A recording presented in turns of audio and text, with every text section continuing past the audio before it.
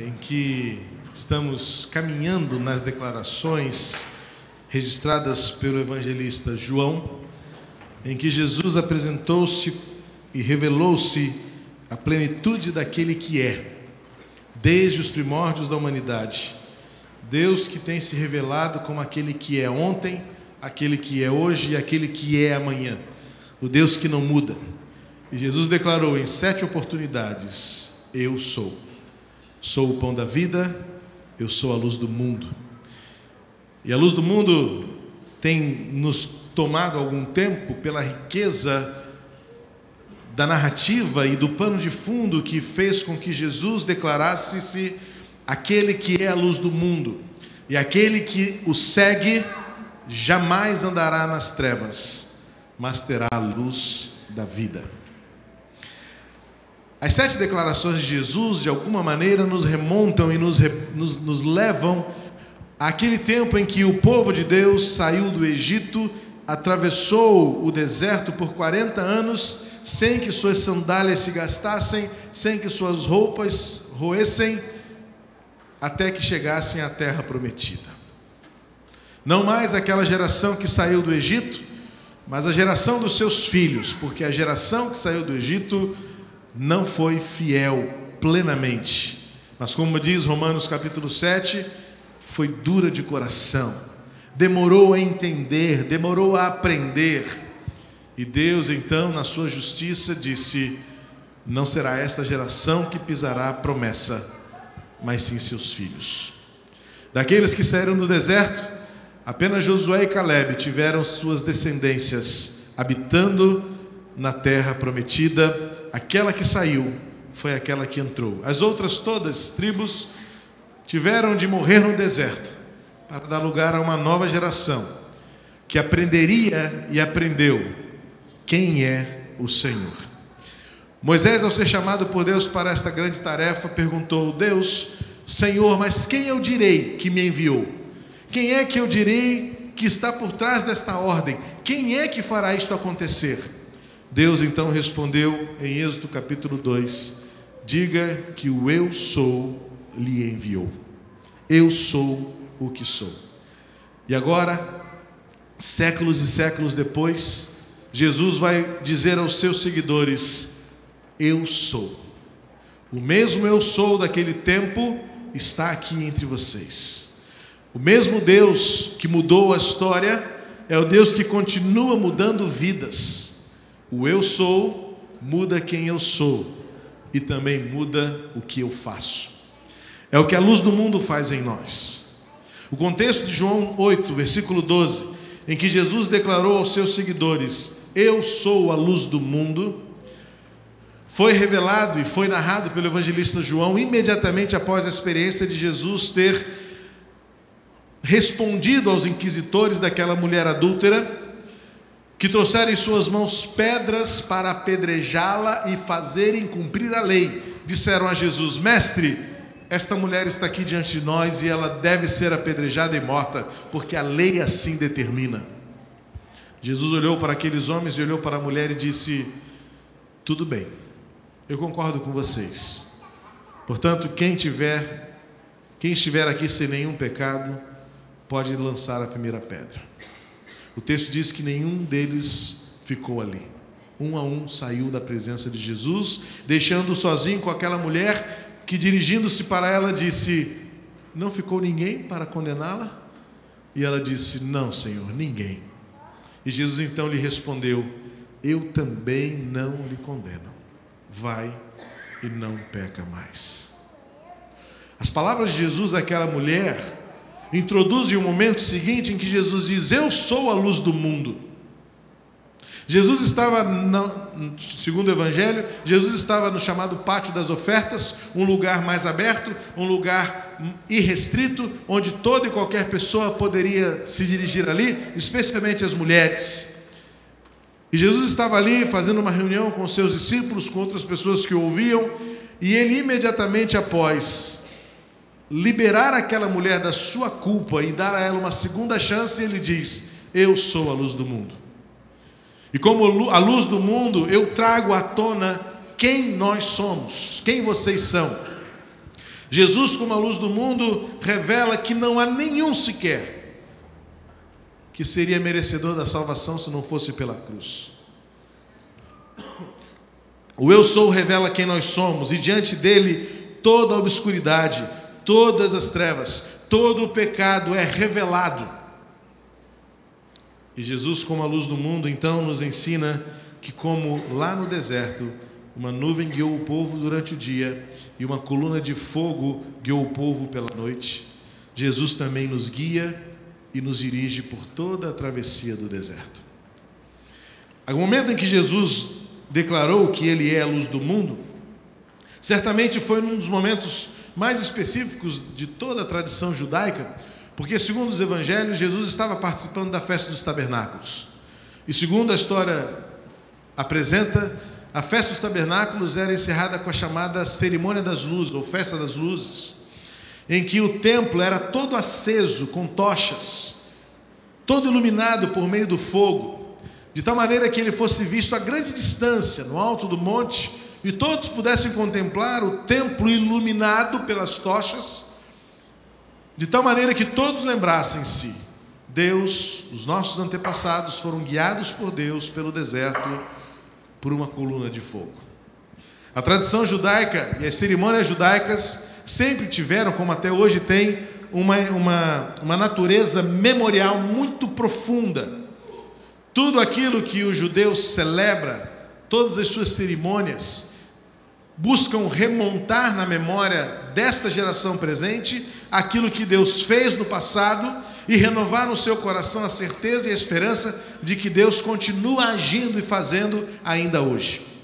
Por isso, a festa dos tabernáculos até hoje é comemorada e celebrada, em que o judeu é encorajado a sair de sua casa e morar por pelo menos 7 a 10 dias em tendas, para tentar reproduzir a experiência que os seus antepassados tiveram no deserto, que por 40 anos habitaram em tendas como forasteiros e como andantes pelo deserto.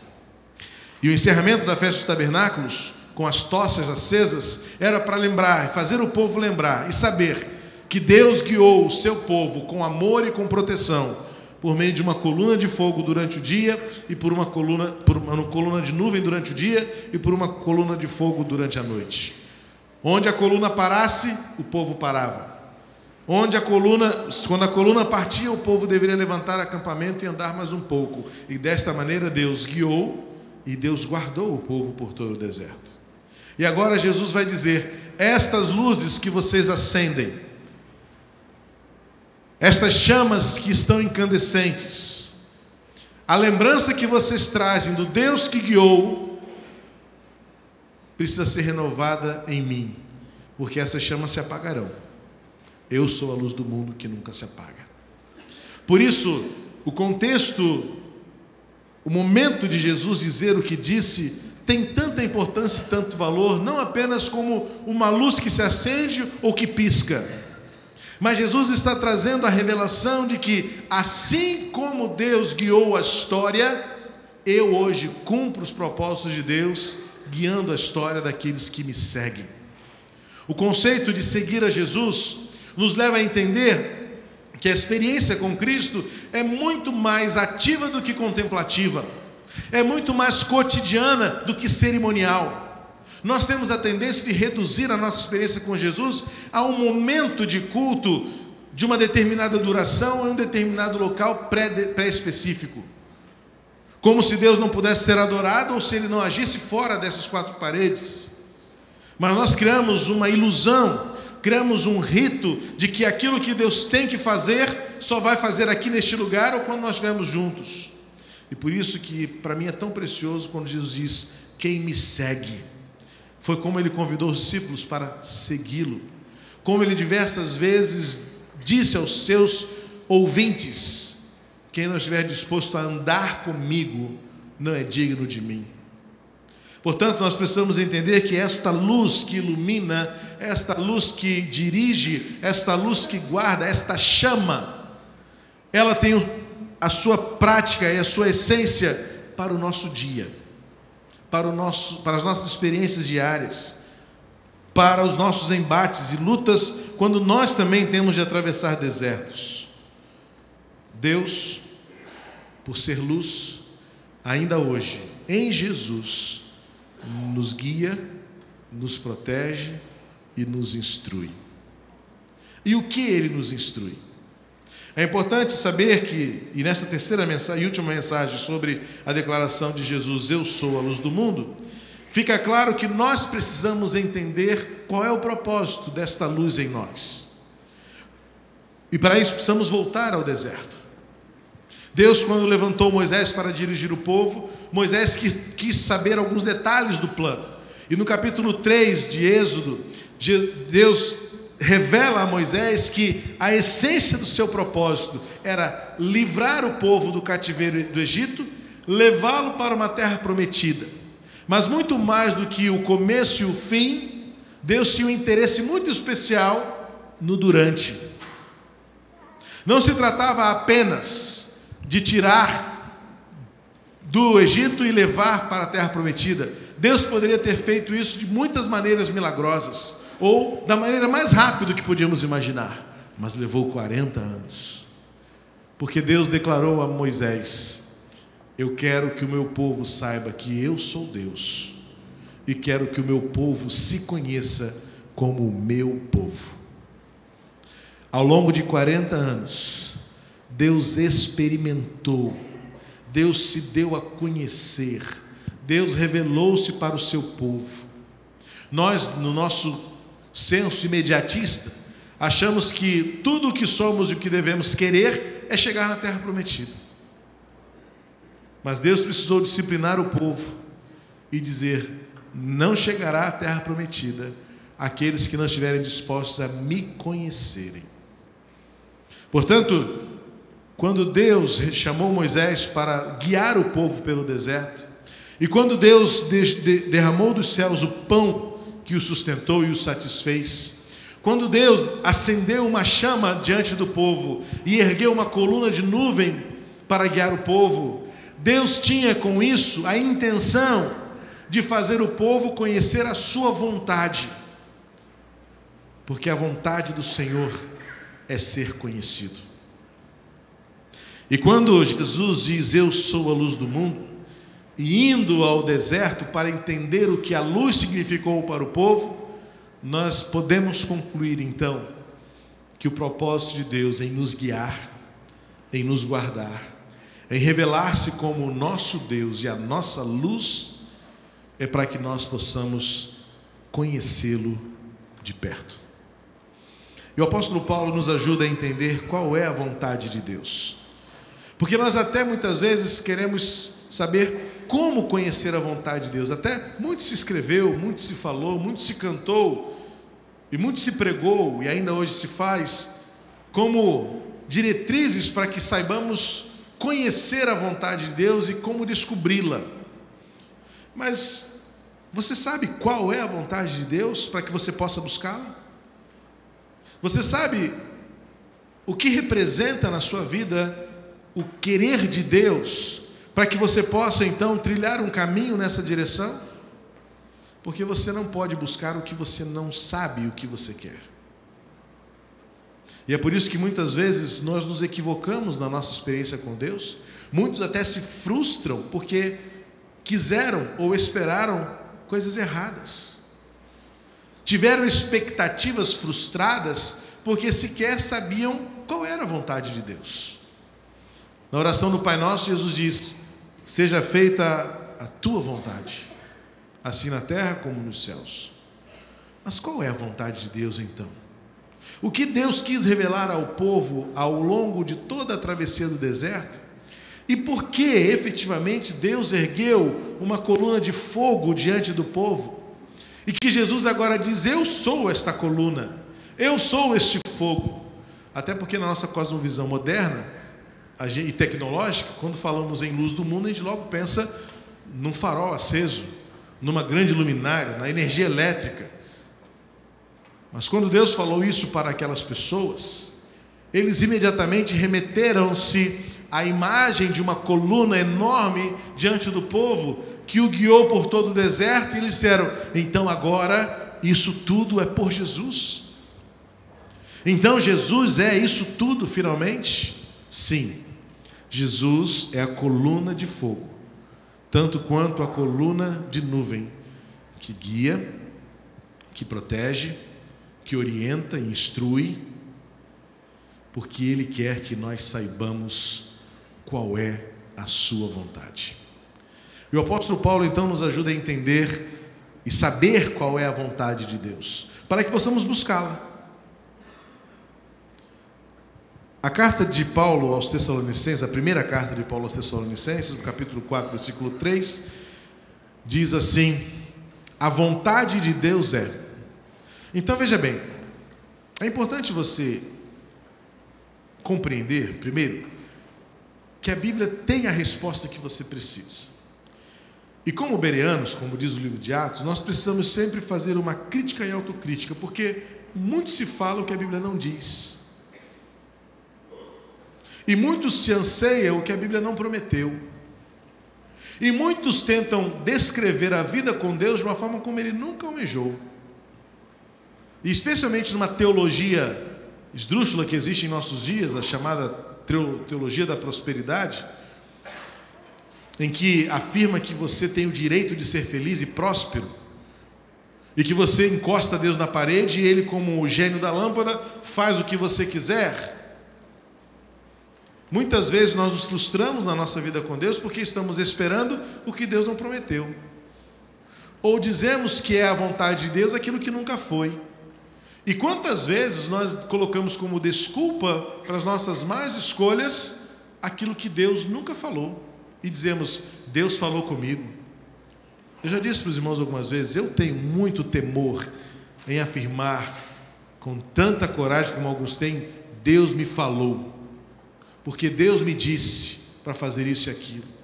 Porque muitas vezes só eu que estou querendo isso.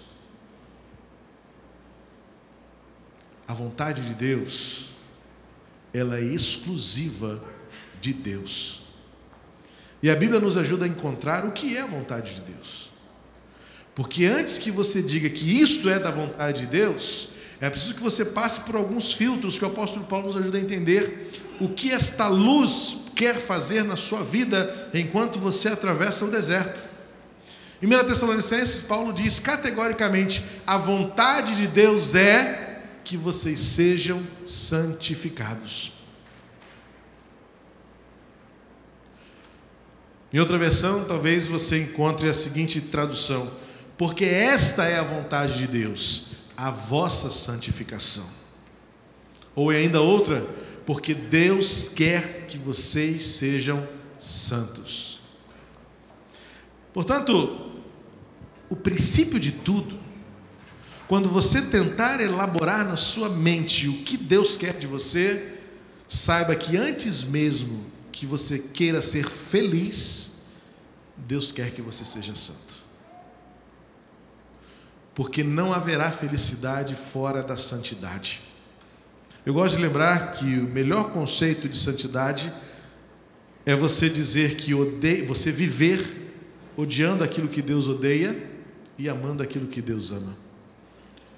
Este é um filtro muito eficaz para você separar aquilo que é bom e aquilo que é ruim, aquilo que glorifica a Deus e aquilo que envergonha o nome de Deus.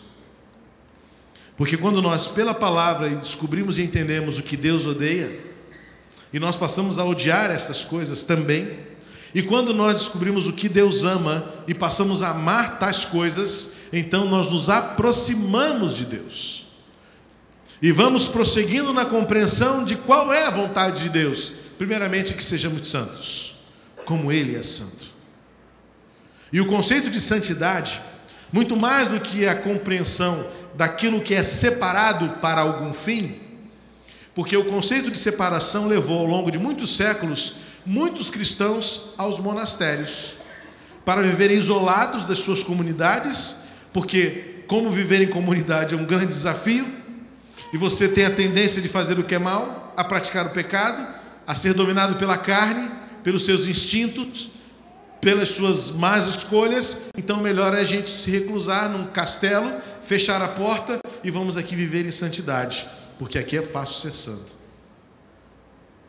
Por isso que eu prefiro a definição que nos leva a compreender que ser santo é ser diferente, único. Por que Deus é santo? Porque Ele é único. Porque o templo do Senhor era considerado santo no Antigo Testamento? Porque Ele era o único. O conceito de santidade é muito mais a ideia da exclusividade do que da separação. Porque a separação dá a ideia do afastamento, enquanto que a verdadeira santidade é aquela que nos diferencia no meio da multidão. Quando todos estão indo para um lado, nós insistimos em fazer aquilo que nós cremos ser o melhor. Enquanto a moda nos impulsiona a fazer de um jeito, nós nos mantemos firmes nos nossos princípios e valores à luz daquilo que é ético e moral na Bíblia. A vontade de Deus é a nossa santificação. Neste versículo 3, 1 Tessalonicenses 4, o apóstolo Paulo é específico no que ele quer dizer, porque ele vai dizer: deixem de lado a imoralidade. E imoralidade no Novo Testamento sempre é a tradução da palavra porneia, que é de onde vem pornografia, pornofonia e todo tipo de corrupção do sexo sagrado dentro do casamento. Qual é então a visão do apóstolo Paulo? A santidade de Deus se pratica em todos os níveis, mas principalmente na lascívia da sociedade em que vivemos. A vontade de Deus é que sejamos santos, diferentes. E trazendo para os nossos dias, ainda que todos digam nada a ver, nós diremos: queremos ser santos, porque a luz de Jesus nos impulsiona à santidade. Colossenses capítulo 4, versículo 12, mesmo apóstolo Paulo vai dizer também: para que como pessoas maduras e plenamente convictas, continuem firmes em toda a vontade de Deus. A vontade de Deus não é algo que se quer, a vontade de Deus é algo que se faz. É por isso que Paulo diz que nós precisamos ser maduros e convictos e mantermos-nos firmes na vontade de Deus. Portanto, o conceito e a realidade do que a luz de Jesus vem fazer em nós é nos dar esta coragem para enfrentar as circunstâncias com uma postura que revele que estamos crescendo e estamos amadurecendo para lidar com responsabilidade com as nossas escolhas. E isso se avança quando Paulo declara em Romanos capítulo 8, 29, diz assim: porquanto aos que de antemão conheceu, também os predestinou para serem conformes à imagem do seu Filho. A vontade de Deus é, finalmente, que nós sejamos como Jesus. Santos, maduros, convictos, e é isso que a luz vem fazer em nós. E o que isso tem a ver com o deserto? Deus disse lá para o povo: eu serei o seu Deus, e vocês serão o meu povo. E durante toda a trajetória no deserto, aquela coluna de fogo não só guardava e protegia o povo, porque devia ser algo assustador para os inimigos, um milagre, uma teofania desta, mas especialmente porque Deus queria o tempo todo: saibam quem eu sou e o que eu quero que vocês façam. Eu quero que vocês sejam santos como eu sou santo. Vocês são o meu povo, são exclusivos meus. Nós somos tendentes a dizer que nós queremos, na verdade, é ser felizes, sermos felizes. Mas o que eu descubro na palavra é que não pode haver felicidade sem a vontade de Deus de sermos como Jesus. Porque o conceito de felicidade carnal é algo muito próximo ao nosso bem-estar, à nossa prosperidade, ao nosso conforto.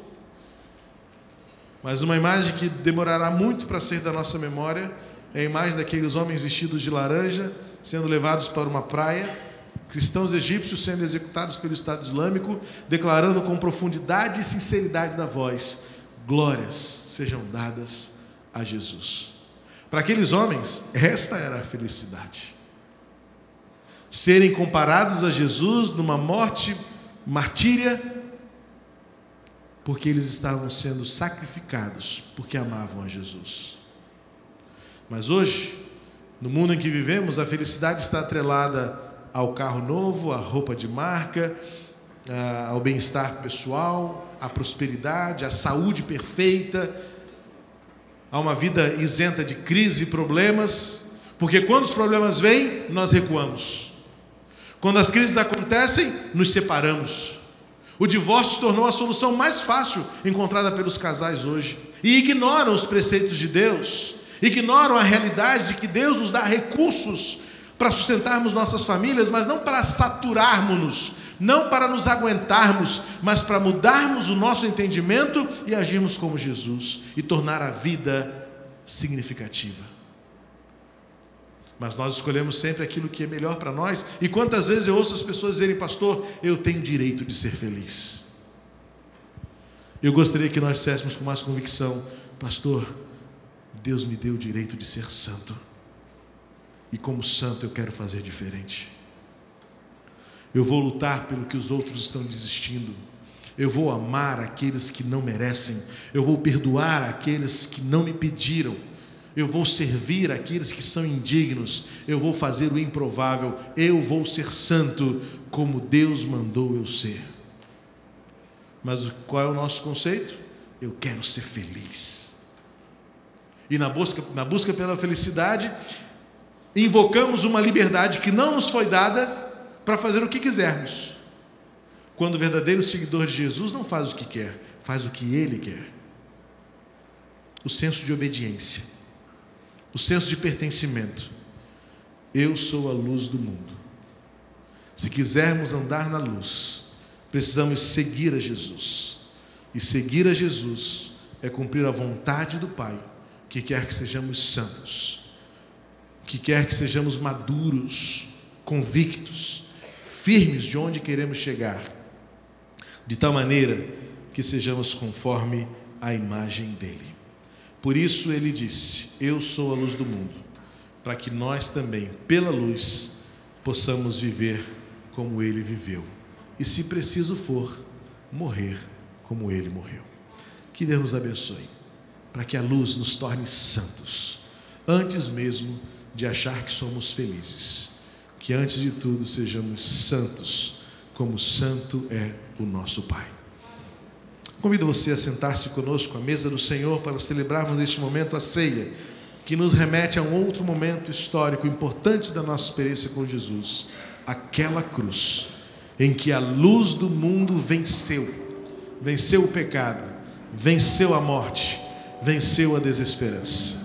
Assentados à mesa com o Senhor, nós iremos celebrar a ceia. Convido os diáconos a se posicionarem aqui à frente comigo, e convido você neste momento a renovar em seu coração a aliança e o compromisso de viver para ser santo, para agradar a Deus, o esforço para ser diferente, para em tudo o nome do Senhor ser glorificado na sua vida.